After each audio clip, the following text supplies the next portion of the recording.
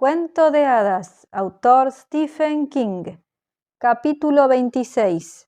El túnel y la estación. Arañazos, la casa del trolebús, Molly la Roja, la fiesta de bienvenida, el dolor de una madre. 1. Creo que el túnel tenía cerca de 2,5 kilómetros desde el vestuario de árbitros hasta el sitio donde por fin salimos. Pero en ese momento, con un único farol para alumbrarnos el camino, se nos antojó una eternidad. En constante ascenso, de vez en cuando se intercalaba con tramos cortos de escaleras, 6 peldaños en uno, 8 en otro, 4 en un tercero. Luego llegó un recodo a la derecha y más peldaños, un tramo más largo en esa ocasión. Para entonces Murph ya no podía cargar con Fried y lo llevaba Amit a cuestas. Cuando llegué a lo alto, me detuve para recuperar el aliento y Amit me alcanzó. Ni siquiera tenía la respiración agitada, el condenado. «Dice Fried que sabe a dónde sale esto», informó Amit. «Díselo». Fried me miró. Al pálido resplandor de la linterna, su rostro era un horror de bultos, magulladuras y cortes. De eso podría recuperarse, pero la herida de la pierna se le había infectado. Lo olía. «Antiguamente, a veces, acompañaba a los árbitros», dijo Fried, «los jueces de campo y de línea, para atender los cortes, las fracturas y las cabezas rotas, ya me entiendes. No era como en la justa, el asesinato por el placer del asesinato, pero una palabra que no pude traducir. Era bastante bronco. El resto de nuestro alegre grupo se apiñaba por debajo de nosotros en los peldaños de la escalera. No podíamos permitirnos parar, pero yo necesitaba, saber qué había más adelante, así que haciendo girar la mano como una manivela ante el doctor, le indiqué que siguiera, pero deprisa. No utilizábamos el túnel cuando veníamos al campo de las monarcas, pero a menudo sí lo utilizábamos al marcharnos, y siempre cuando Empis perdía por circunstancias que enfurecían al público. «Matemos al árbitro», dije. «¿Cómo?» «No, nada. ¿A dónde va a dar el túnel?» «A la casa del trolebús, por supuesto». Fried consiguió esbozar una débil sonrisa, porque, como comprenderás, cuando Empis perdía un partido, lo sensato era abandonar la ciudad lo antes posible. «¿Esa casa del trolebús está muy lejos de la puerta principal de la ciudad?» Fried dijo lo que yo quería oír y temía no oír. «Bastante cerca». «Vamos», dije. Estuve a punto de añadir «aprisa, pero me abstuve. Así hablaban nuestros captores y no quería utilizar su lenguaje degradante. Habíamos eliminado a 7 de los suyos. Pasara lo que pasase al final del túnel, ahí quedaba eso. «¿Quién sigue teniendo agua en los cubos?», pregunté. 6 tenían, pero ninguno lleno. Les pedí que se situaran detrás de mí. Utilizaríamos lo que teníamos y después haríamos lo que pudiéramos. 2. Llegamos a otro tramo de escaleras y Amit, por fin sin aliento cuando llegamos a lo alto, dejó a Fried en manos de Ojota. Fried dijo: «Dejadme, no soy más que un peso muerto». «¿Ahorra el aliento para enfriar las gachas?», gruñó Ojo. Podría haber sido gachas, como en el cuento de Ricitos de Oro y los 3 osos, podría haber sido sopa. La pendiente en el túnel se había vuelto más empinada, como la del pasillo de salida al campo. Esperé que no tardáramos en llegar al final, porque el combustible del farol casi se había agotado y la luz se atenuaba. De pronto, a nuestra derecha se oyó como si arañaran y escarbaran al otro lado de la pared de baldosas. Muy cerca. Me acordé de mi desafortunada carrera hacia la puerta de la ciudad, de la caída al tropezar con las lápidas y se me erizó el vello de la nuca. «¿Qué es eso?», preguntó Quilly. «Suena…».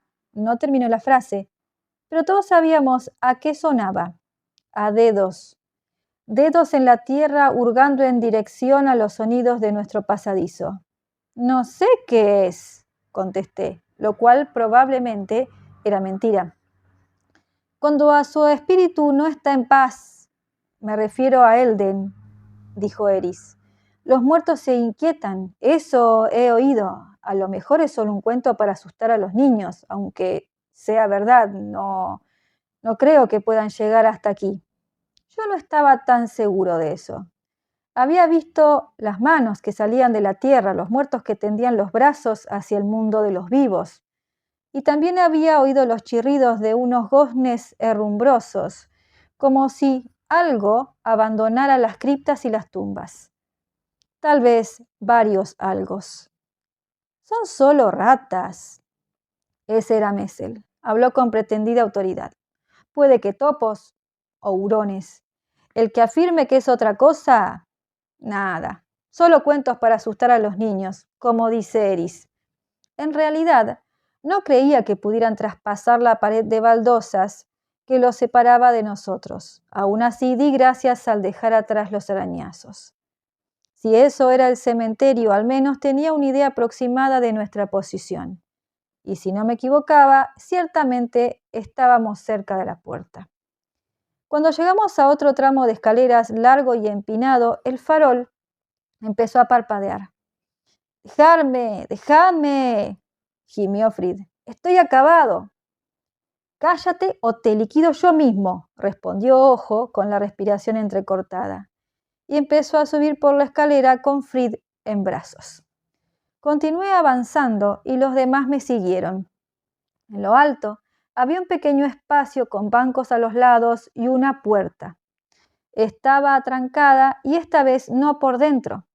Habría sido demasiado fácil. El tirador era una palanca oxidada. Amit la agarró, la giró y tiró con todas sus fuerzas. Se rompió. ¡Mierda!, la soltó y se examinó la mano sangrante. «Ojo, los dos a la vez. Ponte a mi lado y embiste». Ojo dejó a Doc Frid en manos de Kamit y Quilly y acto seguido se colocó junto a Amit, hombro con hombro. Dentro del farol la llama palpitó por última vez como el estertor final de un moribundo. Veía nuestras sombras en las baldosas blancas y de pronto nos sumimos en una oscuridad total. Haya gimió. «Los dos a la vez», gruñó Amit. «A la de tres, embiste condenadamente fuerte, como no hayas embestido en tu condenada vida. 1, 2 y 3». Por un momento, cuando la puerta se estremeció en el marco, entró un poco de luz. Luego se impuso otra vez la oscuridad. «Va, puedes embestir más fuerte, puto». Cagueta, mierdicá. Había oído las dos palabras superpuestas. «A la de tres. 1, 2 y 3». Los cerrojos de la puerta debían de ser robustos, porque aguantaron. Fueron las bisagras las que cedieron y la puerta salió despedida. Ojota y Amit la siguieron a trompicones. Ojo cayó de rodillas y Ami lo levantó de un tirón. Los demás fuimos detrás. «¡Gracias a los dioses supremos!», exclamó Oka. Su voz reverberó desde algún espacio muy amplio. «¡Sias! ¡Sias! Y mos! ¡Mos!». Al cabo de un momento, nos envolvió una nube de alas correosas. 3. Eris y Haya chillaron en perfecta armonía. No fueron las únicas que gritaron. Me parece que casi todos lanzamos alaridos de terror. Me consta que yo sí. Solté el farol para taparme la cabeza y oí que se hacía añicos contra el suelo de piedra. «¡Murciélagos!», resolló Frid. «Son solo murciélagos. Se posan». Empezó a toser y no pudo terminar, pero señaló hacia las profundas sombras. Amit lo oyó y vociferó: «¡Murciélagos! ¡No hacen nada! Quedaos quietos y espantadlos». Agitamos los brazos, yo esperando que no fueran murciélagos vampiros, porque eran enormes, como los del túnel entre Illinois y Empis. Alcanzaba a verlos cuando se abatían y viraban, porque una luz tenue, creo que el claro de luna al filtrarse entre las nubes, penetraba por una hilera de pequeños tragaluces. Veía casi todos los demás que sacudían los brazos desesperados. Kamit y Quilly, con Frida a cuestas, no podían espantar a los murciélagos, pero el propio Doc agitaba débilmente los brazos y tosía sin parar. La colonia se alejó, de regreso a las alturas de la enorme sala en la que nos hallábamos. Esa parte de la casa del trolebús parecía un garage. Había al menos 20 trolebuses en hileras ordenadas. En los morros, chatos, llevaban pintados los destinos: Litoral, Disk, Ulum, Taibo Norte, Taibo Sur, Islas Verdes. Las varillas del techo, cuya finalidad era transmitir la corriente desde las catenarias, la mayoría para entonces caídas en las calles, colgaban flácidas y tristes. En los costados de los trolebuses que alcanzaba a ver se leían en letras doradas palabras decididamente pasadas de moda en Empis por aquel entonces: amistad, concordia, bondad y amor. ¿Cómo salimos?, preguntó Stux. ¿Es que no aprendiste a leer?, repuso Eris. También como cualquier mozo de labranza, supongo, dijo Stux con tono malhumorado. Aunque también yo, claro está, me habría puesto de mal humor si hubiese tenido que sujetarme la mejilla con la mano para que la comida no se me saliera. Lee eso, pues, dijo Eris al tiempo que señalaba un elevado arco central al otro lado del garage. Un rótulo en lo alto rezaba salida. Cruzamos el arco 13 aspirantes a fugitivos detrás de su inepto príncipe. Pasamos a una sala casi tan grande como el garage, donde había una hilera de lo que debían de ser taquillas a un lado y una serie de arcos más pequeños con los destinos pintados encima al otro. Los cristales de las taquillas estaban hechos añicos. Una escultura central de una mariposa gigante había quedado reducida a pedazos y un mural de monarcas presentaba salpicaduras de pintura. Pero los vándalos no habían podido desfigurar todas las mariposas. A gran altura en torno a toda la sala había azulejos de vivo color amarillo, con una monarca en cada uno. Ver lo que los secuaces de Elden no habían logrado destruir me reconfortó, y si no me equivocaba, podía haber algo cerca que quizá me resultara útil. «Vamos», dije, y señalé hacia una sucesión de puertas. Eché a correr. 4. De repente salimos al mundo exterior, algunos cargados todavía con los cubos. Nos apiñamos en lo alto de las escaleras que daban a la calle de los Galien. Kamit y Quilly gruñían bajo el peso de Frid, a quien llevaban en volandas. Oí el ruido metálico del autobús bajo y cuadrado del gran señor y vi a 10 o 12 soldados de la noche que corrían delante de él, dispuestos de un lado a otro de la ancha avenida. Había pensado que el pequeño vehículo de Kellyn tal vez fuera el único medio de transporte motorizado que quedaba en Lilimar, pero me equivocaba. Otro precedía a los soldados de la noche, guiando a la manada, y a diferencia del autobús, no funcionaba con electricidad. Avanzaba hacia nosotros con un áspero estruendo y un continuo petardeo. De la parte delantera de un carromato de madera sobresalía un manillar enorme. 4 ruedas con cercos de hierro despedían chispas al contacto con los adoquines. En el asiento alto de la parte delantera, sumando su fuerza a la potencia que pudiera suministrar el motor del carromato, iba Molly la Roja, pedaleando con toda su alma. Sus enormes rodillas destellaban arriba y abajo. Inclinada sobre el manillar, parecía un motorista temerario. Tal vez habríamos llegado a la puerta antes que los otros, pero ella se acercaba deprisa. Vi unos postes de rayas rojas y blancas, y en el suelo vi la maraña de catenarias con la que casi había tropezado, y vi el zarzal donde había tirado mi mochila para correr un poco más rápido. No lo había conseguido aquella vez ni lo conseguiría entonces. Ni yo ni ninguno de mis compañeros, a menos que la mochila aún estuviera allí. «¡Es arpía! Yo me encargo de ella», gruñó J, cerrando los puños. «Voy contigo», dijo Amit. «Vaya que si voy, maldita sea». «No», dije. Me acordé de Aloysius, el sobrino de Woody, y de cómo la madre de Molly la Roja le había arrancado la cabeza de los hombros de un manotazo. «Ojo, espera, pero puedo...» Lo agarré por el hombro. «Todavía no nos ha visto. Está mirando al frente. Tengo una cosa. Confía en mí». Miré a los demás. «Quedaos aquí, todos». Encorvado, corrí escaleras abajo. El carromato a motor, con su estrépito y sus eructos, se hallaba ya lo bastante cerca para distinguir las facciones de Molly la Roja, pero ella seguía mirando al frente con los ojos entornados. Quizá fuera miope, esperando ver a nuestro grupo corriendo hacia la puerta. Quizá podría haberla atacado por sorpresa, pero de pronto una figura pequeña con un calzón verde sin fondillos, irrumpió en la calle y agitó los brazos. «¡Está ahí!», vociferó Peterkin al tiempo que me señalaba directamente. «¿Cómo nos había visto? ¿Estaba esperándonos?» No llegué a saberlo y me importaba una mierda. Aquel mequetrefe tenía el don de aparecer siempre en el peor momento posible. «¡Está ahí! ¡Ahí mismo!», señalaba.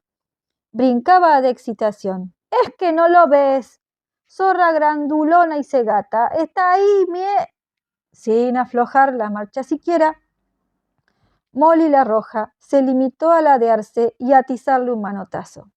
Peterkin voló por los aires. Alcancé a verle la cara con una expresión terminal de horror y sorpresa, y acto seguido su cuerpo se dividió por la mitad. Molly la Roja le había asestado tal golpe que el enano se partió en dos literalmente. Debió de elevarse 6 o 7 metros y mientras ascendía se le iban desenrollando los intestinos. Me acordé otra vez de Rumpelstiltskin, como era inevitable. Molly la Roja sonreía y esa sonrisa dejó a la vista unos dientes afilados. Gracias a Dios no habían encontrado mi mochila. Seguía entre las zarzas. Al sacarla me arañé los brazos con las espinas, ni lo sentí. Una de las correas que mantenía cerrada la mochila se deslizó fácilmente. La otra se enredó. La arranqué y extraje latas de sardinas, un tarro de crema de cacahuete Jif, un tarro de salsa de espaguetis lleno de comida para perros, una camiseta, mi cepillo de dientes, unos calzoncillos. Ojota me agarró por el hombro. Contra mis órdenes, mi pequeño grupo de guerreros armados con agua lo había seguido escaleras abajo, pero al final fue para bien. «¡Ojo! ¡Corred! Lleva a Fritz tú mismo. Los que aún tienen agua, que se queden en retaguardia. Al llegar a la puerta, di en voz alta: ábrete en nombre de Lía de los Galien. ¿Te acordarás?» «Sí». «Ahora moriréis», gritó Molly la Roja. Tenía una voz grave de barítono, reforzada por unos potentes pulmones. «Pues marchaos». Vosotros, vamos», exclamó Ojo, alzando un rollizo brazo para indicar a los otros que lo siguieran. «¡Aprisa! ¡Por vuestras vidas!». Casi todos obedecieron. Amit no. Al parecer, se había designado a sí mismo mi protector. No quedaba tiempo para discusiones. Encontré la pistola del calibre 22 de Polly y la saqué de un tirón, junto con más latas de sardinas y un paquete de galletas Nabisco Honey Graham que no recordaba haber tomado. Molly la Roja se detuvo a 10 metros de las escaleras de la casa del trolebús y bajó con visible esfuerzo del alto asiento. Tenía un brazo manchado hasta el codo de sangre de Peterkin. Amit se plantó ante mí, lo cual representaba un problema a menos que le disparasen la cabeza. Lo aparté de un empujón. «¡Lárgate, Amit!». Sin hacerme caso, corrió hacia Molly la Roja con un bramido de rabia. Era un hombre corpulento, pero al lado de la giganta no se lo veía mucho más grande que Peterkin, que había quedado partido en dos en medio de la calle. Por un momento sorprendida ante el ataque inesperado, ella no se movió. Amit aprovechó la ventaja mientras pudo. Se agarró a uno de sus anchos tirantes y se izó con una sola mano. Abrió la boca e hincó los dientes en el brazo de Molly la Roja justo por encima del codo. Ella chilló de dolor. Lo agarró por la mata de pelo grasiento y le apartó la cabeza.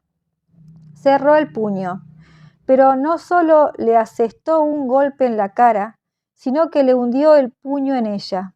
Los ojos de Amit se salieron de las órbitas en distintas direcciones, como si no quisiera ver el agujero rojo que antes era su nariz y su boca. La giganta lo levantó con una sola mano y sacudió de aquí para allá a aquel hombre corpulento como si fuera una marioneta. Luego lo arrojó hacia el cementerio, esparciendo en abanico la sangre que le emanaba de la mordedura del brazo. Amit era musculoso y audaz, pero ella se había deshecho de él como si no fuera más que un niño. A continuación, se volvió hacia mí. Yo estaba sentado en los adoquines de la calle de los Gallien, con las piernas separadas y la automática de calibre 22 de Polly sujeta con las dos manos. Reviví la sensación que había experimentado al notar la presión de esa misma arma en la nuca.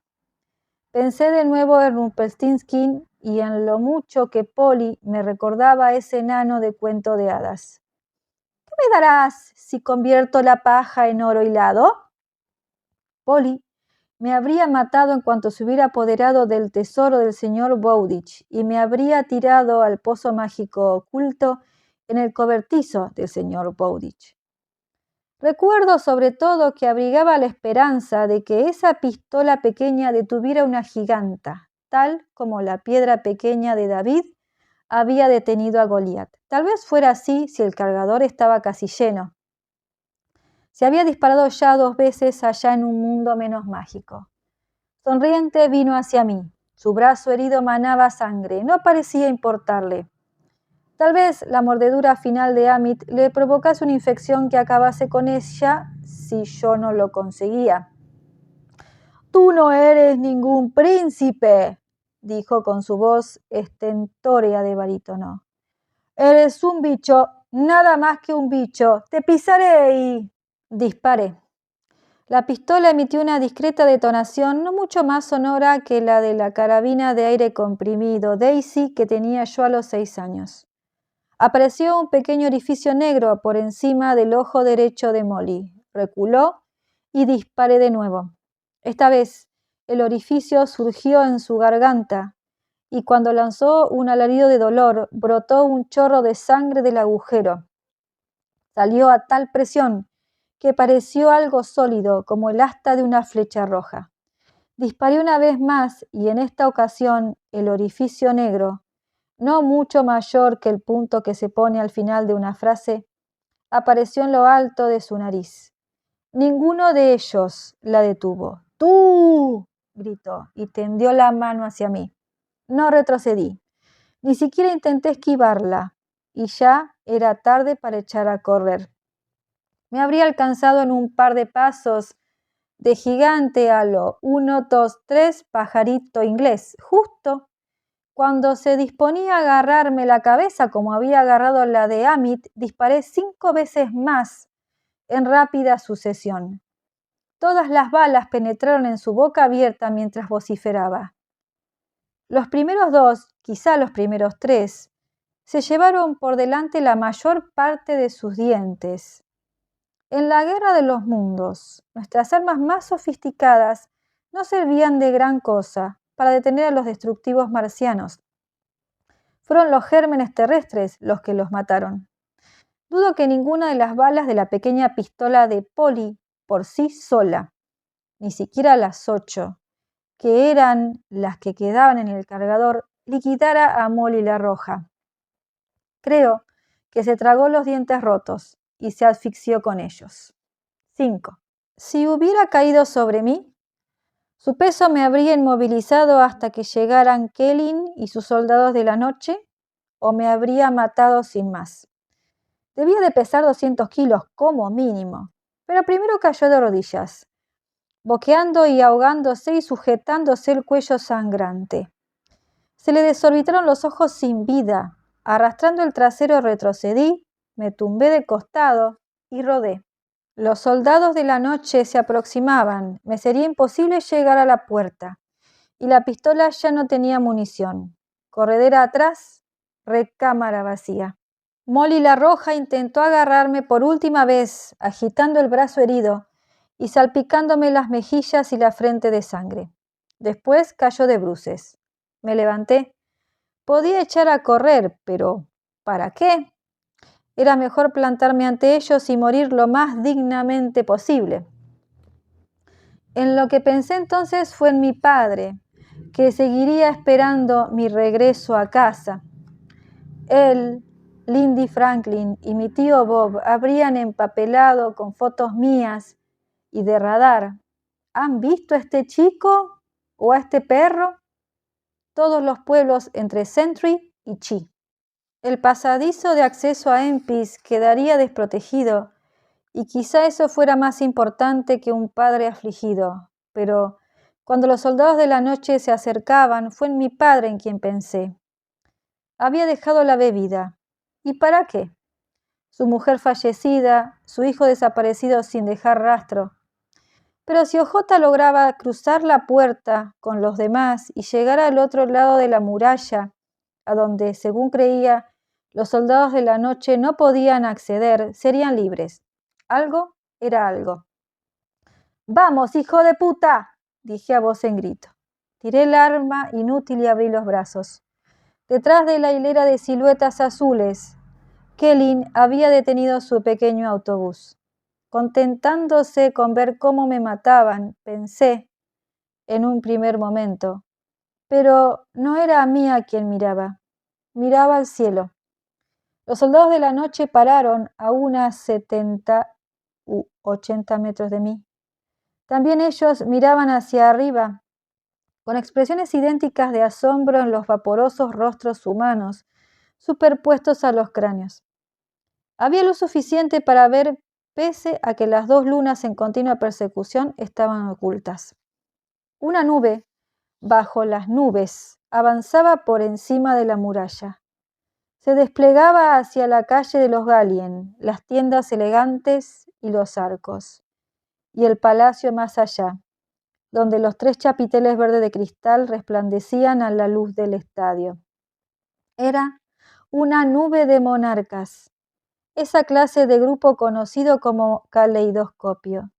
Me sobrevolaron sin pararse, iban a por los soldados de la noche. Se detuvieron, trazaron un círculo y en masa descendieron en picado. Los soldados alzaron los brazos, como, según se contaba, hacía el asesino del vuelo después de su golpe de estado. Pero ellos carecían de ese poder y las mariposas no murieron, a excepción, claro, de las que primero arremetieron contra aquellas auras de alto voltaje. Cuando toparon con los envoltorios azules, se produjeron intensos destellos. Era como si una muchedumbre de niños invisibles agitara bengalas el 4 de julio. Centenares se quemaron, pero miles las siguieron y, o bien sofocaron las auras letales, o bien las cortocircuitaron. La nube pareció solidificarse al envolver a los soldados de la noche, aunque no al gran señor Kellyn. Su pequeño autobús eléctrico dio media vuelta y enfiló hacia el palacio a buena velocidad. Algunas monarcas se separaron y lo persiguieron, pero era demasiado rápido para ellas, y en todo caso el techo habría protegido a aquel hijo de puta. Los soldados de la noche que nos perseguían fenecieron, todos. Donde antes estaban ellos ya no se percibía más movimiento que el revoloteo de delicadas alas. Vi que se alzaba una mano huesuda, que enseguida volvió a hundirse en la masa de color rojo anaranjado. Corrí hacia la puerta. Estaba abierta. Mi grupo de cautivos había salido, pero algo más entró a todo correr, algo negro, pegado al suelo que ladraba con desesperación. Había pensado que mi único deseo era perder de vista la ciudad encantada de Lilimar, pero en ese momento fui consciente de que deseaba algo aún más. Me acordé de Dora cuando vio a mi perra, de cómo la había llamado lo mejor que pudo con su voz quebrada. También a mí se me había quebrado la voz, no por una maldición degenerativa, sino por los sollozos. Me arrodillé y abrí los brazos. ¡Radar! ¡Radar! ¡Radar! Chocó conmigo. Me derribó y gimiendo me lamió la cara de arriba a abajo. La abracé con todas mis fuerzas y lloré. No pude dejar de llorar. Una reacción no muy principesca, supongo, pero como ya habréis adivinado, este no es esa clase de cuento de hadas. 6. Una voz atronadora que conocía muy bien interrumpió nuestro feliz reencuentro. ¡Charlie! ¡Príncipe Charlie! ¡Sal de ahí de una puta vez para que podamos cerrar la puerta! ¡Ven con nosotros, Charlie! Eso, pensé mientras me ponía en pie. Y ¡aviva ese pompis, príncipe Charlie! Radar, ladrando, brincó alrededor de mí. Corrí hacia la puerta. Claudia estaba justo al otro lado. Y no estaba sola, la acompañaba Woody y entre ambos, a horcajadas sobre Falada, se hallaba Lía. Más allá estaba el resto de los fugitivos de Malín Profunda y detrás había más gente, una multitud de personas que no distinguí. Claudia se negó a entrar en Lilimar, pero me agarró en cuanto crucé la puerta y me estrechó en un abrazo tan fuerte que noté que me crujían las vértebras. ¿Dónde está él?, preguntó Woody. Oigo a la perra, pero ¿dónde? Aquí, dije, justo aquí. Me tocaba a mí abrazar. Cuando me separé de él, Woody se llevó la palma de la mano a la frente e hincó una rodilla en el suelo. Mi príncipe, eras tú desde el principio y has venido tal como en los cuentos antiguos. Levanta, dije. Con las lágrimas derramándose aún de mis ojos, más los mocos de mi nariz, que me limpié con el dorso de la mano y sangre por todas partes, nunca en la vida me había sentido menos principesco. Por favor, Woody, levanta, ponte en pie. Él se irguió. Miré a mi grupo que me observaba con veneración. Eris y Jaya se abrazaban. Ojo sostenía a Flid en brazos. Era evidente que algunos de mis amigos, tal vez todos, sabían quiénes eran exactamente esas 3 personas. No eran solo enteros, sino enteros de la verdadera sangre. Eran la realeza exiliada de Empis, y quizá a excepción de la demente Yolande y Burton, el anacoreta, eran los últimos de la casa de los Galien. Detrás de los refugiados de la mazmorra había 60 o 70 personas grises, algunas con antorchas y otras con faroles en forma de torpedos similares al que me había dejado Pulsey. Entre ellos, vi a alguien a quien conocía. Radar había corrido ya junto a ella. Me acerqué, casi sin darme cuenta de que las personas deformes, malditas por Elden o por el ser que lo había utilizado como títere, se ponían de rodillas a mi alrededor, llevándose la palma de la mano a la frente. Dora intentó arrodillarse también. No se lo permití. La abracé. La besé tanto en las mejillas grises como en la comisura de aquella boca en forma de media luna. La llevé hasta Woody, Claudia y Lía. «¡Ciérrate en nombre de Lía de los Galien!», bramó Claudia. La puerta empezó a cerrarse lentamente. La maquinaria gemía como algo dolorido. Entretanto, vi que una figura enorme avanzaba a largas zancadas por la avenida central. Nubes de monarcas se arremolinaron por encima y alrededor. Algunas incluso se posaron en sus anchos hombros y su cuadrada cabeza. Pero no era un soldado de la noche y sencillamente no les prestó atención. Cuando la puerta rebasaba de la mitad del riel oculto, prorrumpió en un gemido de dolor tan estridente y horrible que, excepto Claudia, todos se taparon los oídos. ¡Molly!, gritó Hannah. ¡Molly mía! Cariño mío, ¿cómo es que estás ahí tendida tan quieta? Se inclinó sobre su hija muerta y acto seguido se irguió. Éramos muchos los congregados ante la puerta a medio cerrarse, pero era a mí a quien miraba. ¡Vuelve!, levantó aquellos puños como peñascos y los agitó. ¡Vuelve, cobarde, para que pueda matarte por lo que le has hecho a mi querida hija! Por fin la puerta se cerró con estrépito, ocultando a la afligida madre de Molly la Roja. 7. Miré a Lía. Esa noche no llevaba vestido azul ni delantal blanco. Lucía un pantalón oscuro remetido en unas botas altas de cuero y un chaleco azul acolchado con una mariposa monarca, el blasón real de los Galien, en el lado izquierdo por encima del corazón. Un cinturón ancho le ceñía el talle. De una cadera le colgaba una daga, de la otra una vaina con una espada corta con el puño de oro. «Hola, Lía», dije, y de pronto me sentí cohibido. «Me alegro de verte». Ella se apartó de mí sin dar señales de haberme oído. Podría haber estado tan sorda como Claudia. Su rostro sin boca permaneció impasible. Esta historia continuará. Los espero en el próximo capítulo.